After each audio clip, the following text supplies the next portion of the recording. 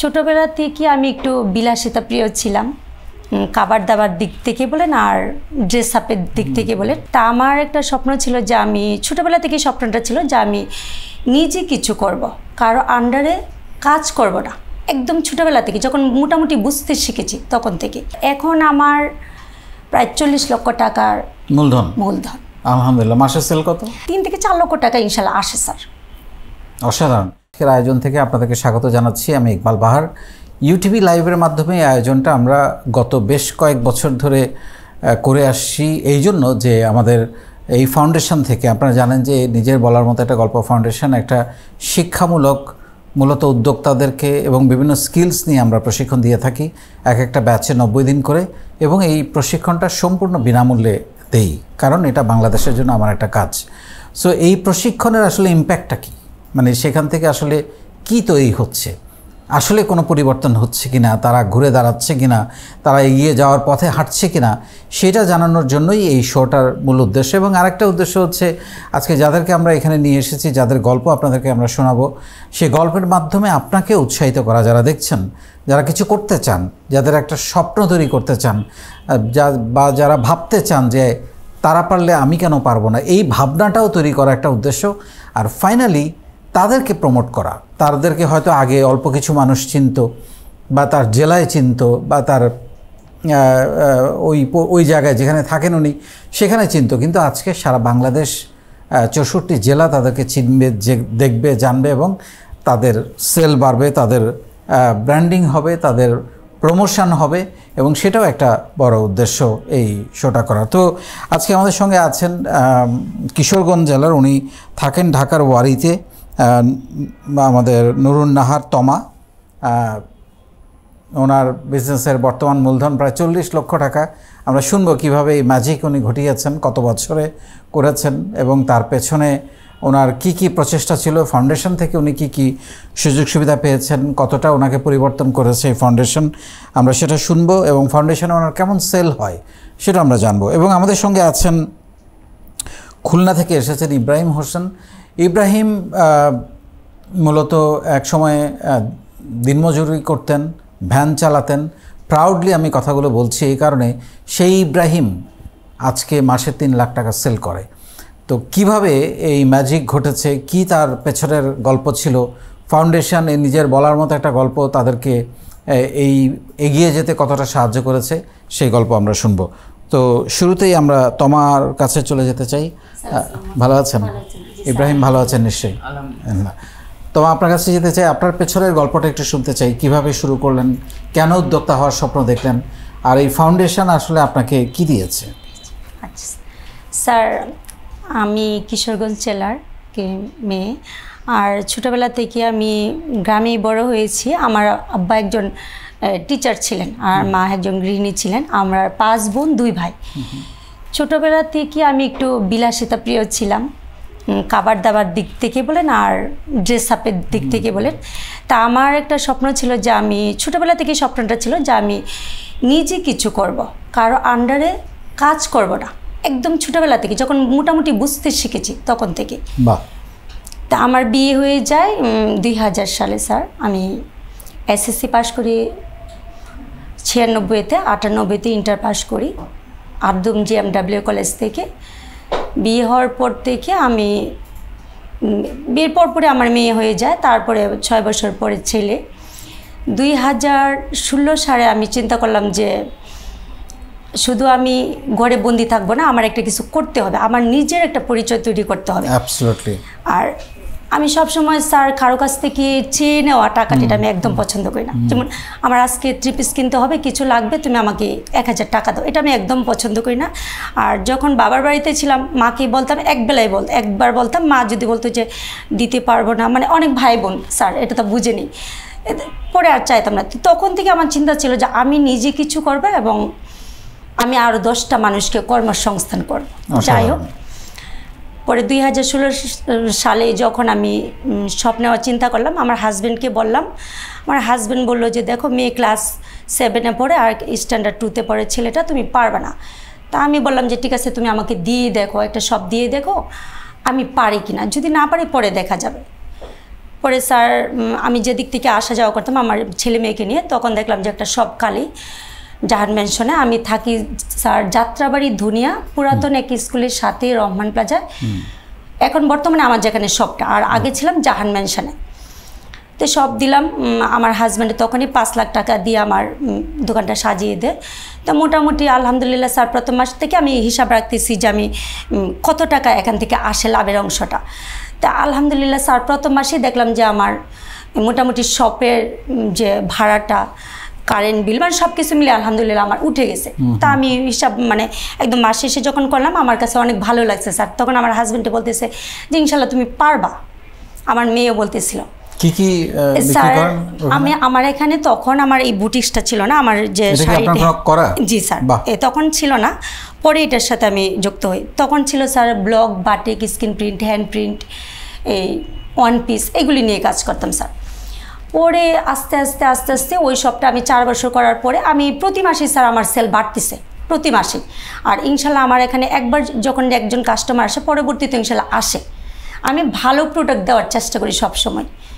তা আলহামদুলিল্লাহ আমি 4 বছর করার পরে আমি দেখলাম যে জাহান ম্যানশন থেকে যদি আমি একটু রহমান প্লাজায় যেতে চাই তাহলে যে ওখানে গেলে মনে আমার আরও সেল বাড়বে। তো একটা সব খালি হলো, তো ওনার সাথে কথা বললাম, আল্লাহর রহমতে স্যার হয়ে গেছে ওটা। তো ওখানেও স্যার আমার 4 বছর, ওখানেও 4 বছর। তো এখন স্যার আমি যে শপটা নিয়েছি মানে এটা একমাত্র শুধু স্যার আপনার কথা, আপনার যে কথাটা আমার মনে প্রাণে বিশ্বাস, মানে যে স্বপ্ন দেখুন, সাহস করুন, লেগে থাকুন।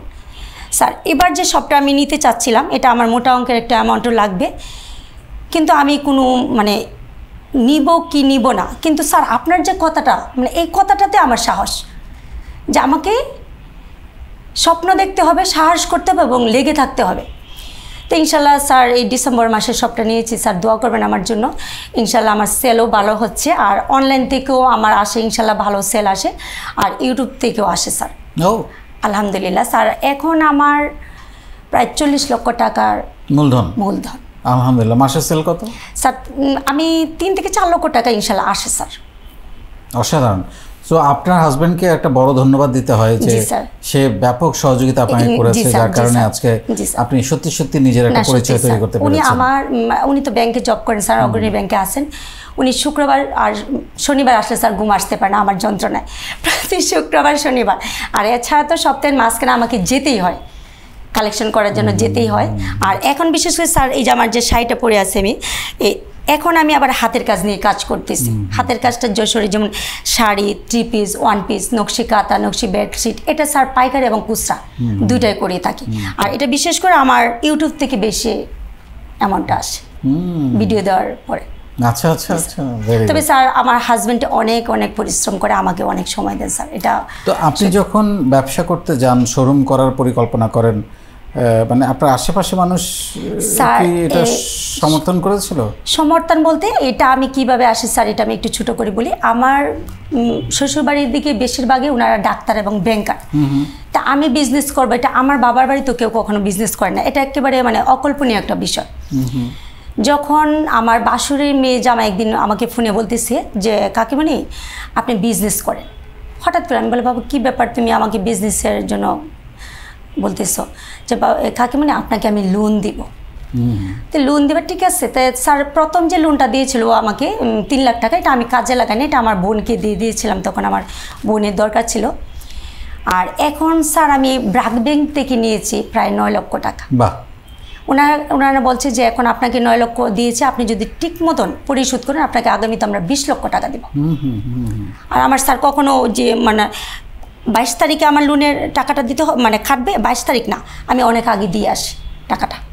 তাহলে ব্যাংকের সাথে ভালো সম্পর্ক হলে ইনশাল্লাহ বলছে যে আগামীতে আপনাকে 20 লক্ষ, আমাদের 5% ওনারা বলছে যে আমাদের 50 লক্ষ টাকা পর্যন্ত আমাদের লোন দেবে। আপনি বলছিলেন যে ফাউন্ডেশনে আপনি যে আমাদের 90 দিনের যে প্রশিক্ষণ সেটা আপনি নিয়েছেন এবং কিছু কিছু কথা আপনাকে মুগ্ধ করেছে বা আপনাকে সিদ্ধান্ত নিতে সাহায্য করেছে। এছাড়া আর ফাউন্ডেশনের কাছ থেকে আপনার প্রাপ্তি কী? স্যার ফাউন্ডেশনে আসলে আমাকে পর্যন্ত প্রাপ্তি তো স্যার যা পাওয়ার অনেক পেয়ে গেছি, এটা আলহামদুলিল্লাহ। আর বিশেষ করে স্যার আপনার সবসময় আপনার জন্য আমি দোয়া করি, নামাজ পড়ি এবং আপনার দীর্ঘায়ু কামনা করি যেন আপনি অনেক দিন আমাদের মাঝে বেঁচে থাকেন। আর বিশেষ করে আমাদের জুনের যে ভাইয়ারা, সত্যি কথা স্যার, জুনের হজরত আলী ভাইয়া আছেন, মাহবুব ভাইয়া আছেন, সুলাইমান ভাইয়া, কোমল ভাইয়া আছেন, সাইফুল ইসলাম, ওনারাও যে কোনো ক্ষেত্রে আমি একটু বলার আগে স্যার আমাকে হেল্প করে। আর গল্পবলা ফাউন্ডেশন থেকে যা পেয়েছি স্যার এটা আমি কখনো ভুলবো না, আর এখনও পাচ্ছি, এবং এই জন্যই কিন্তু স্যার আমি আজকে এই পর্যন্ত আসতে পেরেছি আমি মনে করি স্যার। আলহামদুলিল্লাহ, এটা হচ্ছে ইম্পর্টেন্ট। আমি সবসময় কথাটা বলে থাকি যে আমাদের জোন, যেমন ঢাকায় আমাদের 11টা জোন আছে, চট্টগ্রামে 5টা জোন আছে, 64 জেলা আছে, বিশ্বে 50টা দেশে আমাদের কার্যক্রম আছে। প্রত্যেকটা জেলা তার জেলার মধ্যে বা জোনের মধ্যে যেসব উদ্যোক্তারা আছে বা হতে চায় বা হয়েছে তাদেরকে অনেক সাপোর্ট করে, নানানভাবে মানসিক সাপোর্ট দেয়া, প্রমোট করা, পণ্য প্রদর্শনীর সুযোগ করে দেয়া, ব্র্যান্ডিং করা, এইসব সব কাজ কিন্তু তারা করে। সো তারাও সমানভাবে আপনাদের এগিয়ে যাওয়ার পিছনে আমি মনে করি একটা বড় ভূমিকা। আমরা আপনার স্বপ্ন নিয়ে শুনবো, তার আগে আমি একটু ইব্রাহিমের কাছে যেতে চাই। ইব্রাহিম, আপনি যদি একটু পেছন থেকে বলেন যে আপনার শুরুর জীবনটা, আপনি একসময় ভ্যান চালাতেন, কখন আপনার মাথার মধ্যে আসে যে আমি আরও বড় কিছু করতে পারি, স্বপ্ন দেখতে পারি এবং সেটা বাস্তবায়ন করতে পারি, একটু বলেন। জি স্যার, মহান রব্বুল আলামিনের প্রতি স্মরণ রেখে শুরু করছি। প্রথমেই আল্লাহ তাআলার প্রতি কৃতজ্ঞতা জানাই, যিনি আমাদেরকে এখনও শেষ নিঃশ্বাস পর্যন্ত দিয়ে এখনও বাঁচিয়ে রেখেছেন, এবং কৃতজ্ঞতা জানাই মা বাবার প্রতি, যাদের জন্য আজ পৃথিবীতে আলো দেখতে পেয়েছি, এবং কৃতজ্ঞতা জানাই জনাব স্যারের প্রতি, যার জন্য আজ আমি এখানে কথা বলার সুযোগ পেয়েছি। হাজার হাজার মানুষ কথা বলতে, আমার কথা শুনতেছে। আমি পরিবারে আমরা 4 ভাই বোন, আমি 1 বোন, 3 ভাই, এবং আমি হচ্ছে মেজো। তো আমি হচ্ছে অবহেলিতভাবে বড় হয়েছি। একসময় এটা বলতে গেলে খুবই খারাপ লাগে যে স্কুলে যাব, বাড়িতে ভাত নেই, অথবা ভাত আছে কিন্তু তরকারি নেই। তো গ্রামের ভাষায় বলতে গেলে বলে বুনো কচু শাক, যেটা বলে, কচু শাকও পেতাম না। কচু শাকের ডাগা কেটে এনে আমরা মার কাছে দিছি, এবং সেটা মা রান্না করে দিয়েছে, তাই খেয়েছি। তো অনেক কষ্ট করে পড়া করছি। আপনার ক্লাস 8-এর পর থেকে আমি টিউশনি করাই। টিউশনি করে ওই টাকা দিয়ে আমি পড়ালেখা করেছি। এসএসসির পরে আমার বাবা হচ্ছে সাধারণ জুট মিলের শ্রমিক ছিল, তার সাথেও আমি সেখানে শ্রমিকের কাজ করেছি, সেভাবে আর কি পড়ালেখা এত দূর উঠে আসা। এরপর ঢাকাতে চাকরি করেছি, সেখান থেকে আবার ইন্টার পরীক্ষা দেওয়ার জন্য বাড়িতে ফিরে আসা। তারপর কুমিল্লা এনজিওতে পিওনের পোস্টে চাকরি করে 6 মাস পরে ফিল্ড অফিসারের চাকরি পেয়েছি, কিন্তু সেখানেও বেশি দিন টিকতে পারিনি অনার্স ভর্তি হওয়ার জন্য।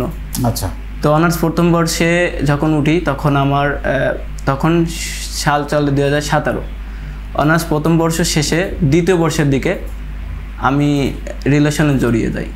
রিলেশনে জড়িয়ে যাওয়ার পর আমি দ্বিতীয় বর্ষের মাঝামাঝিতে বিয়ে করে ফেলি, অল্প বয়সে। আচ্ছা, তখন আমার বয়স ছিল মাত্র 21। তো প্রথম ভুল ছিল বিয়ে করা, কিন্তু তখন মনে হয় ভুল হয়েছে, কিন্তু এখন মনে হচ্ছে না, বিয়েটা আমার ভুল হয়নি, সঠিক ছিল। আমার ওয়াইফ যে আমাকে যে পরিমাণ সাপোর্ট করে, এরকম সাপোর্ট আমি আর পাইনি। তো পারিবারিকভাবে বঞ্চিত থাকাতে আমি বিয়ের 7-8 মাস পর পারিবারিকভাবে একটা চাপে আমি গ্রাম ছাড়ি। তখন খুলনাতে এসেই আমি উঠি।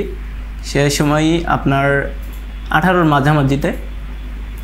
তো এসে এখানে অনেক কিছুই করেছি, যেমন মিলের শ্রমিক, কখনো বিল খাল দিনমজুরি কাজ করেছি, বিলের যাবতীয় কাজ, ধান কাটা দিয়ে সব কাজ পারি আমি। এরপর ব্যবসা করব, সাইকেল ছিল একটা বাইসাইকেল, তা দিয়ে গ্রাম থেকে লিচু, আম, কাঁঠালের সময় এগুলো নিয়ে আসতাম সাইকেল চালিয়ে, প্রায় 17-34 কিলো।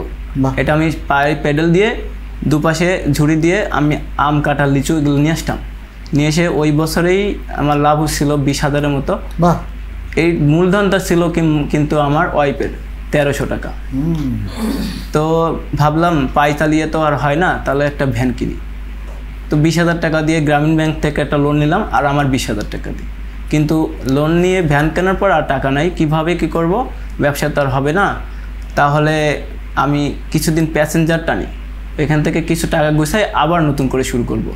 তবে সেটা আর হলো না, বাবা অসুস্থ, তার মধ্যে কিছু টাকা গুছাইও ফেলেছিলাম। বাবা হঠাৎ করে মিনি স্ট্রোক করে, বাবার পিছনে আমার প্রায় 1-1.5 লাখ টাকা খরচ হয়ে যায়, সম্পূর্ণ আমার টাকায়। আমার আরও 2 ভাই আছে, কিন্তু তারা খালি জাস্ট সাপোর্ট দিয়েছে। তো এভাবে যেতে যেতে 2021 সাল, তার মাঝে আমার ছোটোবেলা থেকেই টুকটাক ব্যবসা করার ইচ্ছা ছিল। ভেবেছিলাম হয়তো আপনার নিয়ে পড়বো, আপনার কমার্স নিয়ে, যাতে ব্যবসা শিখতে পারি খুব ভালো। কিন্তু ভাগ্যক্রমে কমার্সে খরচ বেশি, করতে পারিনি, আর্টস নিয়ে পড়ালেখা করছি। তো রাষ্ট্রবিজ্ঞান আপনার যখন অনার্সে পড়ি, তখন আমি রাষ্ট্রবিজ্ঞান চান্স পাই, সেখান থেকেই শুরু। তা আমি ক্লাস 5 থেকে 10 অবধি পুরো সব জায়গাতেই আমি বৃত্তি পেয়েছি এবং পড়ালেখা ভালো ছিলাম। ওই টাকা দিয়ে আমি মোটামুটি পারতাম আর কি। এখন যখন আমি ভ্যান কেনার পর 2021 সালের প্রথম দিকে, মানে মাসের কথা তো মনে নাই সম্ভবত, মানে প্রথম দিকে আর কি, আমার ভ্যানটা চুরি হয়ে যায়। তখন আমার একটা ছেলে হয়, ছেলের বয়স 3 মাসের মতন। খুব ভেঙে পড়ি, কাছে কোনো টাকা নেই, আয়ের উৎস একটাই ছিল ইনকামের পর। খুব কান্না করি, আমার ওয়াইফকে জড়িয়ে ধরে, উনি আমাকে খুব সাপোর্ট দেয়। তারপর আমার একটা কাকু ছিল, আমি যেখানে থাকি খুলনাতে, উনি আমাকে কিছু টাকা দেয়। এভাবে মোটামুটি 25,000 টাকা দিয়ে আবার একটা ভ্যান কিনি। তো ভ্যান কিনে চলতে থাকি। আমি তখন একটা দোকানের, ইটবালির দোকান, সেখানে আমি স্টপ ডেলিভারি ম্যান হিসাবে। তো আপনার সেখানে প্রোডাকশন সিস্টেম, মানে যত ডেলিভারি দিতে পারবো তত টাকা। সকাল 6টার দিকে বা 6:30টার দিকে যেতে হয়, আর বিকাল 3টা-4টা অবধি যতটুকু আমি করতে পারি ততখানি। তো ওই দিয়ে মোটামুটি চলতো। যখন আমার ভ্যান চুরি হয়ে যায়, তখন আমার কাছে একটা ফোন ছিল 12,000 টাকা দামের স্মার্টফোন। তো আমি চিন্তা করি, আমি তো শিক্ষিত, আমি অনার্স 3য় বর্ষ পর্যন্ত পড়ালেখা করছি, আর করতে পারিনি। আমি ভ্যান চালাবো, আমি কিছু শিখি, অনলাইনে সবাই ব্যবসা করে, দেখি পারি কিনা। খুঁজতে আপনার ইউটিউবে আপনার ভিডিও দেখি, এক করতে 56টা ভিডিও দেখে ফেলি, কিন্তু কিভাবে রেজিস্ট্রেশন করব, কিভাবে এখানে সেশন করব জানি না। হঠাৎ ফেসবুকে দেখি আপনি নিজের বলার মতো গল্প নামক একটা লেখা ভেসে ওঠে। তো সেখানে সবাই দেখি বিভিন্ন রকম কথা বলে, ভালো লাগে। রাজশাহী এক ভাইয়ের মাধ্যমে, নাম তার রাশিদুল ইসলাম, আল্লাহ তাকে বাঁচিয়ে রাখুক, তার এক বড় একটা দোকান আছে কাপড়ের, ওনার মাধ্যমে আমি এখানে রেজিস্ট্রেশন করতে পারি। মোহাম্মদ লিটন ভাই, আমাদের কোর ভলেন্টিয়ার খুলনার, ওনার ফোন নাম্বার দিল, ওনার সাথে কথা বললাম অনেক কথা। আর আমি বরাবরই সব কথা খুলে বলার চেষ্টা করি, যাতে সহজে মানুষ বুঝতে পারে। তো উনি আমাকে এখানে যুক্ত করায় এবং আমি এখান থেকে শিখতে থাকি, সেশন 1 থেকে শিখতে থাকতে আমি চাইছিলাম যে শৌখিন কোনো আইটেম নিয়ে কাজ করব, বাট আর্থিক অভাবের জন্য পারিনি।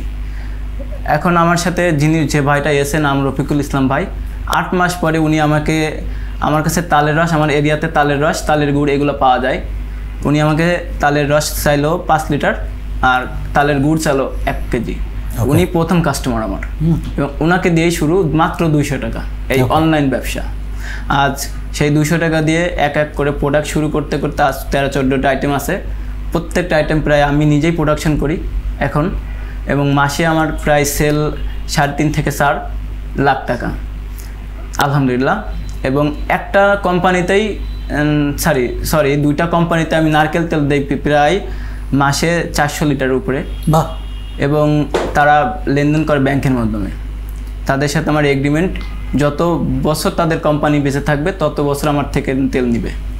কি প্রোডাক্ট আপনি বিক্রি করেন? স্যার আমি নারকেল তেল, নারকেল, খেজুরের গুড় মানে সিজনাল আইটেম, সরিষার তেল। আমার 4 জন মল আছে যারা আমার মানে সাথে কাজ করে, তাদের পেট চলতেছে বা তাদের সংসার চলতেছে। আমি তারপর ঘি আছে, এসব নিজে প্রোডাকশন করি। তারপর মেথি পাউডার, সজনা পাতা, বিটরুট পাউডার, আদার পাউডার, ডেকিচাটা লাল চাল, ঢেকিতে গুঁড়া, চালের গুঁড়া, আপনার এই কাজে কি আপনার বউ সাহায্য করে? জি স্যার, অবশ্যই। এই যে খেজুরের রস, অলরেডি স্যার আমি 100 লিটার উপরে খেজুরের রস সেল করে ফেলেছি। আমি খালি গাছের নিচ থেকে বাড়ি পর্যন্ত রসটা এনে দেই, আমার ওয়াইফ বোতল ভরে দেয়, 1 লিটারের বোতল, উনি সব ভরে প্যাকেজিংটা করে দেয়, আমি খালি ডেলিভারি করি। তারপর খেজুরের গুড়গুলো সব ওনার হাতেই হয়।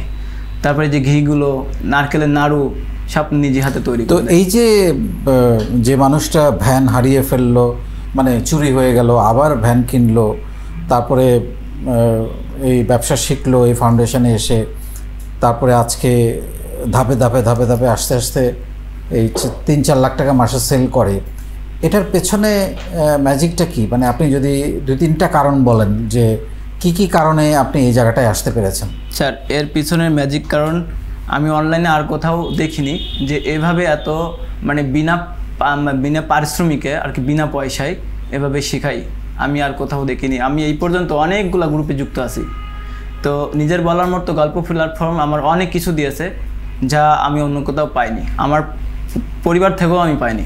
এটা আমার বলতে গেলে প্রথম পরিবার, কিন্তু সে পরিবার থেকে আমি জন্ম নিয়েছি, তাকে আমার প্রথম প্রাধান্য দিতে হবে, তারপরেই আপনার এই পরিবার। আমার এত বড় একটা পরিবার আমি পেয়েছি, আমি নিজেকে ধন্য মনে করি। আর এখান থেকে যেটা আমাকে অনুপ্রাণিত করে, প্রথম হচ্ছে বৃষ্টি সবার জন্য পড়ে কিন্তু ভিজে কে কেউ। আমি একটু রিসার্চ করতে পছন্দ করি সবসময়, তো এটা নিয়ে অনেক বড় একটা রিসার্চ আছে যেটা এখন বলা সম্ভব না। স্বপ্ন দেখুন, সাহস করুন, লেগে থাকুন এবং শুরু করুন। লেগে থাকলে স্যার, ধৈর্য ধরলে তার সাফল্যতা আসবেই। যেমন আমার মতো আরও অনেকেই সাফল্যতা অর্জন করেছে। আজ আমার ব্যবসার বয়স 4 বছর। তো এই 4 বছর যদি আমি লেগে না থাকতাম, 8 মাস যদি লেগে না থাকতাম, এই 8 মাসে অনেকেই ঝরে গেছে। আমার হাতে অনেকেই ব্যবসা শিখেছে। আমার হয়তো মূলধন ছিল না, নাই, যার জন্য আমি ব্যবসাটা ভালো গ্রো করতে পারিনি। আমার সোর্সিং আছে, সেল করার জায়গা আছে, মাঝখানে একটা জিনিস গ্যাপ হয়ে আছে, এই জিনিসটার জন্য আমি আগাইতে পারিনি। কিন্তু যারা অর্থবিত্ত বা যারা মূলধন আছে তাদেরকে আমি হাতে ধরে শিখেছি, তারা এখন অনেক পর দূরে। তো অনেকেই আবার ঝরে গেছে। কি হয়েছে যে ওই ব্যবসা, অনলাইনে ব্যবসা ভালো না এবং অনলাইনে ব্যবসা সবাই চিটারি করে। দ্বিতীয় কথা, অনলাইনে ব্যবসা অত সেল হয় না। তা আমি বলছি, আমি 4 বছর পর আমার আজকে এত টাকা সেল হচ্ছে। এখন আলহামদুলিল্লাহ স্যার, আমি যে ভ্যান চালাতাম সেটা আমি এখন করি না। আমি আপনার 8 মাস হচ্ছে আমি ভ্যান চালানো বাদ দিয়ে দিছি এবং 4 মাস হচ্ছে আমার একটা অফিস বা আপনার দোকান হয়েছে, যেখানে আমি আমার প্রোডাক্টগুলো আমি স্যাম্পল রাখি, ডিসপ্লে করে রাখি। পাইকাররা বিভিন্ন জেলা থেকে আমার কাছে আসে, আর আমার সাথে সবার সাথে একটা খুব তাড়াতাড়ি একটা কমিউনিকেশন হয়। এবং যিনি আমার কাছ থেকে একবার প্রোডাক্ট নেবে, তা আমি গ্যারান্টি এখানে বলছি যে আমার কাছ থেকে উনি রেগুলার নিতে হবে যদি ওই প্রোডাক্টটা তার লাগে। আমার প্রত্যেকটা প্রোডাক্ট অসাধারণ। সো এগুলোই হচ্ছে মোটামুটি ম্যাজিক, বোঝা গেল। আপনার স্বপ্ন নিয়ে আমি শুনতে চাই, আগামী 10 বছর পর ইব্রাহিম নিজেকে কোথায় দেখতে চাই। তার আগে তোমা আপা, আপনার কাছে আসতে চাই। আপনি তো নিজের একটা অসাধারণ পরিচয় তৈরি করেছেন, যে স্বপ্নটা আপনি ছোটোবেলায় দেখেছেন, কারো কাছ থেকে টাকা চাইতে আপনার খারাপ লাগতো। এই জিনিসগুলো কিন্তু খুব ইম্পর্ট্যান্ট লাইফে, যে ফিলটা তৈরি করা, যে আমি কি চাই। আমরা অনেক সময় আমি কি চাই এটাই জানি না। তো এই আমি কি চাই সেই জিনিসগুলো কিন্তু আমরা এই ফাউন্ডেশনে নানানভাবে শেখানোর চেষ্টা করছি, যে তোমার ভেতরে কিন্তু বারুদ আছে, একটু আগুন লাগাইতে হবে। সো আগুন লাগানোর কাজটা আমি করতেছি, তাই না? তো আপনার স্বপ্নটা একটু শুনতে চাই, কোথায় তোমার একটা স্বপ্ন আছে ইনশাআল্লাহ। যে আমি তো স্যার এখন বিশেষ করে এই আইটেমটা নিয়ে আমি বিশেষ করে জুড়ে সুরে কাজ করতেছি, এবং আমার কিছু লোকও আছে, তারা আমার জি স্যার কর্মসংস্থান করতে পেরেছি। আগামীতেও ইনশাল্লাহ করব। আর আমার ইচ্ছা আছে স্যার, আমার এরিয়াতে, আমার কিশোরগঞ্জে একটা শপ দিব স্যার, নৌশিন ফ্যাশন নামে। আর আমার স্যার, আমি একটু ফোন নাম্বারটা আমি বলে দিই, কেউ যদি পাইকারি এবং খুচরা নিতে চায় অবশ্যই নিতে পারবে। আমার ফোন নাম্বারটা 01753335310। আর আমার পেজের নামটা আমি বলে দিচ্ছি, নৌশিন ফ্যাশন। আর আমার শপটা হলো যাত্রাবাড়ি ধনিয়া, পুরাতন একেশ্বরের সাথে রহমান প্লাজা, ওখান থেকে এটা নিতে পারবে। আর আমি স্যার মনে করি যে আমার দ্বারা কেউ যদি উপকৃত হয়, আমি যেভাবে নিজেকে স্বাবলম্বী করতে পেরেছি, আমি চাই আমার মতো আরও 10টা মেয়ে কি 10টা ছেলে কাজ করুক এবং আমার দ্বারা কর্মসংস্থান হোক। আমার সেকেন্ড যে ইচ্ছাটা, স্যার দোয়া করবেন আমার জন্য, আমার কিশোরগঞ্জে স্যার আমার একটা শপ দেওয়ার খুব ইচ্ছা আছে। এটা আমার মেয়েরও ইচ্ছা। মেয়ে বলে যে আম্মু তুমি তোমার কিশোরগঞ্জ ডিস্ট্রিক্টে একটা শপ দিবা আমার নামে, এটা নৌসিন ফ্যাশন, সবাই জানবে এবং চিনবে। তো এটা স্যার আমার সবচেয়ে বড় ইচ্ছা। স্যার দোয়া করবেন আমার জন্য, আপনার স্বপ্ন পূরণ হোক এই দোয়া করি। ইব্রাহিম, আপনার স্বপ্ন নিয়ে শুনতে চাই। জি স্যার, আমার স্বপ্নের আগে কিছু কথা বলতে চাই। অনেকে বলে যে তোমাকে দিয়ে হবে না, অথবা আমাকে যেমন বলতো শাক পাতা বিক্রি করার কয় টাকা ইনকাম হবে, যদি তুই চাকরি করতিস তাহলে হয়তো ভালো কিছু করতে পারতিস। কিন্তু তাদেরকে আমি আজ বলতে চাই, আমার আজ মাসে যে টাকা সেল এবং যে টাকা প্রফিট যদি সে শুনতে পারে তাহলে বলবে চাকরি করার দরকার নেই। আর আমার স্বপ্ন হতে আমি মূলত ছোট একটা পাইকার, আমার কাছে খুচরা খুব সেল কম হয়। তো আমি চাই সারা 64 জেলাতে বড় বড় সুপার শপে আমার প্রোডাক্ট সেল হোক, এবং চাই আমি 64 জেলার না হলেও অন্তত খুলনা যশোরের বড় বড় শহর এরিয়াতে আমি আমার সুপার শপ দিতে চাই। এবং আমার আন্ডারে চাই আরও কিছু মানুষ কাজ করুক যাদের একটা আয়ের উৎস হোক। আমি যেমন অন্যের আন্ডারে কাজ করে আসছি, তো এরকম আয়ের উৎস করার চেষ্টা করে চলছি, এই আর কি স্যার। Thank you. আল্লাহ আপনাদের দুজনের স্বপ্ন পূরণ করুক। অনেক ধন্যবাদ। দর্শক, শুনলেন আমাদের তমা আপা এবং ইব্রাহিমের গল্প। দুজনের গল্পই খুবই ইন্টারেস্টিং আমার কাছে মনে হয়েছে, এবং ব্যাপক সংগ্রাম এবং লেগে থাকা, যেটা বারবার ওনারা বলার চেষ্টা করেছেন। আমিও আমার কথাবার্তায় যেটা সবসময় বলি যে লেগে থাকার কোনো বিকল্প নাই, এবং সেটাই তারা করেছেন। এবং ইব্রাহিমের গল্পের মধ্যে আপনারা শুনেছেন যে সে কতটা স্ট্রাগল করেছে তার ছোটোবেলায় এবং পরবর্তীতে বিভিন্ন সময়, এবং তার লেখাপড়ার একটা ব্যাপক আগ্রহ ছিল যেটা তাকে অনার্স 3rd ইয়ারে পর্যন্ত নিয়ে আসতে পেরেছে। আমি আশা করব ইব্রাহিম কোনো এক কাজের ফাঁকে অনার্সটা শেষ করে ফেলবে, কারণ প্রাইভেটে এখন দেয়া যায়। সো এইটা হচ্ছে খুবই গুরুত্বপূর্ণ। এবং অনেক সীমাবদ্ধতা মানুষের থাকে, যে শুনলেন একমাত্র সম্বল ভ্যান চুরি হয়ে গেছে, তখন মনে হয় আমার বোধহয় সব শেষ। কিন্তু আরেকটা মানুষ চাইলেই যে আবার শুরু করতে পারে, তার প্রমাণ কিন্তু আপনারা পেলেন তার গল্পের মাঝে। সো আসলে আমাদের আমি যেটা সবসময় বলি, যে আপনি যখন দৌড়াতে থাকবেন, আপনি যখন চলতে থাকবেন, হাঁটতে থাকবেন, এগোতে থাকবেন, আপনি হোঁচট খাবেন, পড়বেন, কিন্তু পড়ে আবার উঠে দাঁড়াইতে হবে। আপনি যদি আবার উঠে না দাঁড়ান, আপনি কখনো পরবর্তী দৌড়ের জন্য প্রস্তুতি নিতে পারবেন না। আপনি যদি পড়েই থাকেন যে আমাকে দিয়ে হবে না, উঠে না দাঁড়ান, তাহলে আপনি কোনোদিন সফল হবেন না। সো এই গল্পগুলো আমি নিশ্চিতভাবে বলতে পারি যে আপনাদের মনে প্রশ্ন তৈরি করবে, ভাবনা তৈরি করবে, সাহস তৈরি করবে, এবং আপনারাও নিজেকে প্রশ্ন করতে পারবেন, তারা পারলে আপনি কেন পারবেন না। অনেক ধন্যবাদ।